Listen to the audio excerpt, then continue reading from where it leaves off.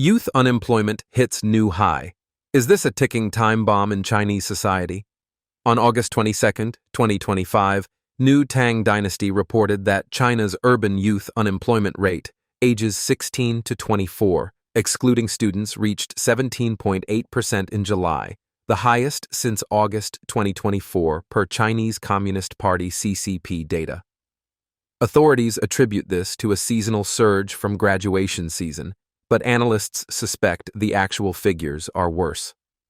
The Ministry of Education projects 12.22 million university graduates in 2025, up 430,000 from last year, setting a new record. Wu Seiqi, director of Taiwan's Center for Chinese Studies, criticized China's unemployment calculations as misaligned with international standards, masking the true extent of the issue and reflecting a major economic bottleneck. Sun Guoxiang, a professor at Nanhua University, Taiwan, highlighted that the rising youth unemployment stems from China's industrial transformation, a stagnant housing market, foreign capital withdrawal, and U.S. China trade tensions. He noted that tariff barriers and declining orders are pushing foreign companies to relocate supply chains, increasing unemployment pressure. If trade frictions worsen, export-dependent manufacturers may face layoffs or closures, further spiking unemployment. To address the crisis, the CCP's State Council announced subsidies for businesses in some regions, but doubts remain about their effectiveness. Wu Seiqi pointed out that CCP stimulus plans have largely failed, exacerbated by unfavorable global economic conditions and U.S. tariffs imposed since February 2025, which have weakened China's export-driven growth and worsened overcapacity and unemployment. Starting in September, mandatory Social Security payments will add burdens on struggling businesses, potentially increasing hidden unemployment as employers avoid labor contracts. Wu warned that China's economic recovery prospects are slim, with unemployment likely to worsen. The youth unemployment crisis poses a deeper threat to social stability. Wu noted that joblessness reduces consumption, weakens markets, and fuels social unrest, with incidents like random attacks signaling growing instability. This could escalate into political challenges if unaddressed. Since 2023, graduates have shared viral alternative graduation photos depicting despair or discarding diplomas, symbolizing the graduation equals unemployment reality. Despite official attempts to downplay the issue, the societal trend of lying flat persists. Sun Guoxiang warned that falsifying unemployment data leads to policy missteps and erodes public trust, as discrepancies between official figures and lived experiences deepen skepticism. This could exacerbate social issues, with young people increasingly reliant on families due to bleak job prospects, risking a loss of social vitality and further unrest if unresolved. Power cancerization. Guangdong's campaign-style epidemic prevention, accused of exploiting outbreak for profit. On August 25, 2025, New Tang Dynasty reported that since the outbreak of chikungunya fever in Guangdong, authorities have implemented aggressive campaign-style epidemic prevention measures. These include mandatory isolation nucleic acid testing, household water inspections, and mosquito eradication, causing significant public distress. Critics argue these excessive measures are driven by collusion between officials and businesses to profit from the outbreak. Official measures have escalated, resembling the dynamic zero-COVID policy with temporary lockdowns, household disinfection, travel history checks, mandatory isolation, aggressive mosquito control, and resumed nucleic acid testing and blood draws. In Guangzhou's Haizhu district, after one case was reported in Kaikun, residents of 2 nearby buildings were required to undergo blood tests. A construction site was sealed off after a worker was infected from a mosquito bite, and citizens have complained about frequent blood tests. A video captured a resident saying they drew blood at 10 p.m. last night and now they want to do it again today. U.S.-based commentator Tang Jingyuan remarked, "The approach is almost identical to the COVID lockdowns. In some ways, Chikungunya prevention is even harsher, despite it not being a contagious disease, not spreading person to person, and having an extremely low mortality rate. On August 14th, Typhoon Yagi caused severe flooding in Foshan, Guangdong, paralyzing traffic. Locals noted that authorities installed fine mesh mosquito nets in sewers to prevent mosquito breeding, which obstructed drainage and worsened flooding. Tang Jingyuan added, "This isn't a natural disaster but a man-made one. Guangdong's authorities are using these measures to gain political capital, showcasing their effective epidemic control." Tang further explained that chikungunya is akin to a common cold and doesn't warrant such costly measures. However, local officials are creating panic to mimic Xi Jinping's 3-year zero-COVID policy, using the epidemic as a pretext to deflect economic crises and avoid accountability. On August 21st, the WeChat account Qingxi Culture published an article condemning the chikungunya farce as a collapse of rule of law and a human rights disaster driven by profiteering. It revealed that testing kits and isolation facilities are linked to official business collusion. For example, one city mandated suspected contacts to stay in designated isolation hotels, costing 480 yuan daily, while the listed room rate was only 128 yuan, with these facilities often run by officials' relatives. Tang Jingyuan noted, "Exposed evidence shows testing kits and isolation sites are operated by officials' relatives or proxies, allowing them to gain both political and financial benefits." Qingxi Culture stated, "When epidemic prevention becomes a business, every mosquito becomes a cash cow, exposing the cancerization of power." Chinese citizen Mr. Li said, "In an authoritarian society, power is easily abused. When disasters strike, those who abuse power turn them into a feast of profiteering, transforming natural disasters into man-made calamities." Reports indicate the chikungunya outbreak began in Foshan in early June, but authorities only announced it on July 15th. The epidemic has since spread to Beijing, Hubei, Guangxi, Zhejiang, and other provinces. DJI drone arrest in the United States. Espionage or misstep. The story began with what might seem at first glance like a minor customs incident. A man from Jiangsu province attempted to bring a DJI Mavic 4 Pro drone into the United States. Drones, after all, are sold worldwide often as consumer gadgets. But in today's geopolitical climate, a drone is no longer simply a toy.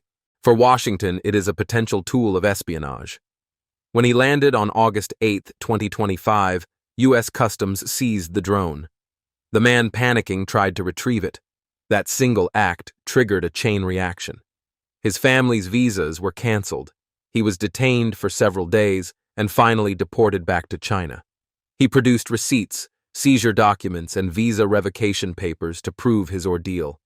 He alleged that his wife and children suffered emotional and physical exhaustion during detention.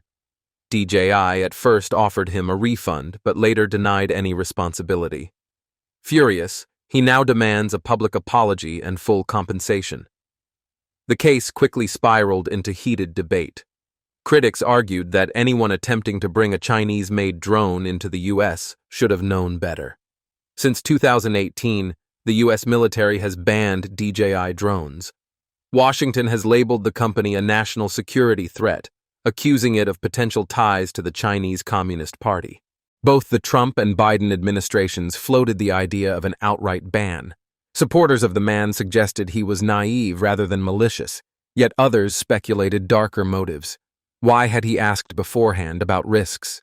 Was he recruited as an informal spy, promised rewards if he captured sensitive footage?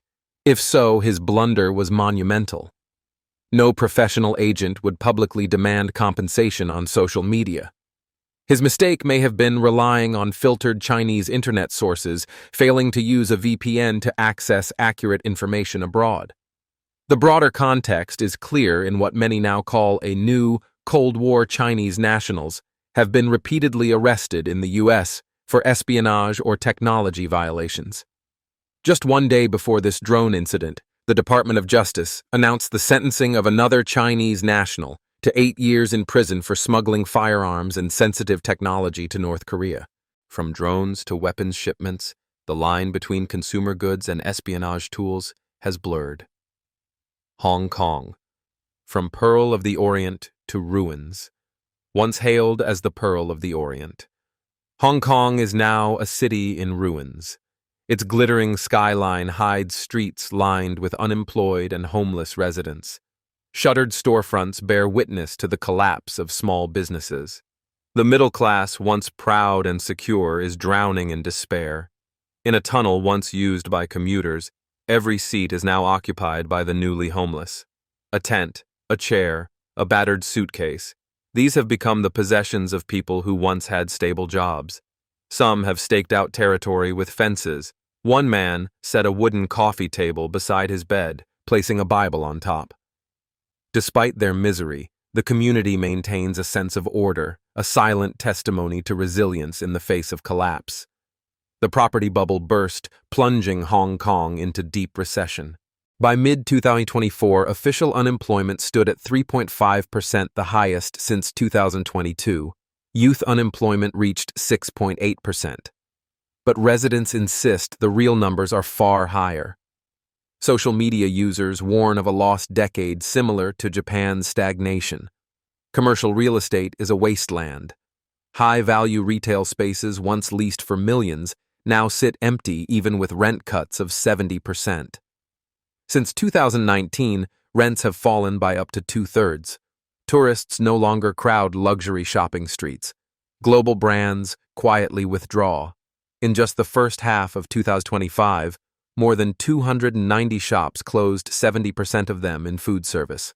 Restaurants that had served generations disappeared overnight.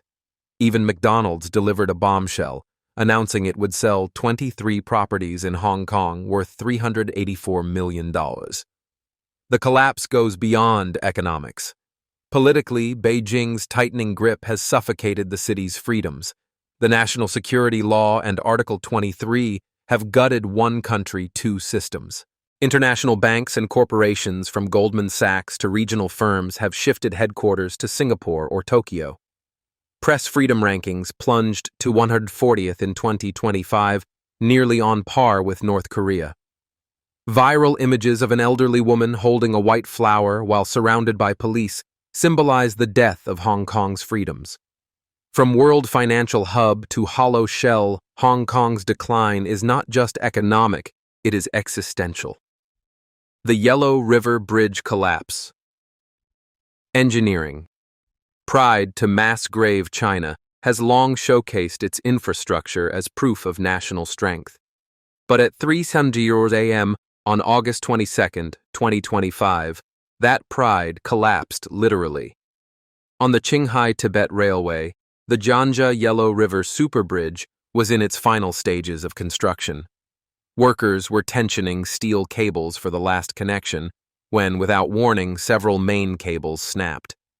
Within 3 seconds, a 108-meter steel section plunged into the river. 16 men, 15 workers, and 1 manager were thrown into chaos.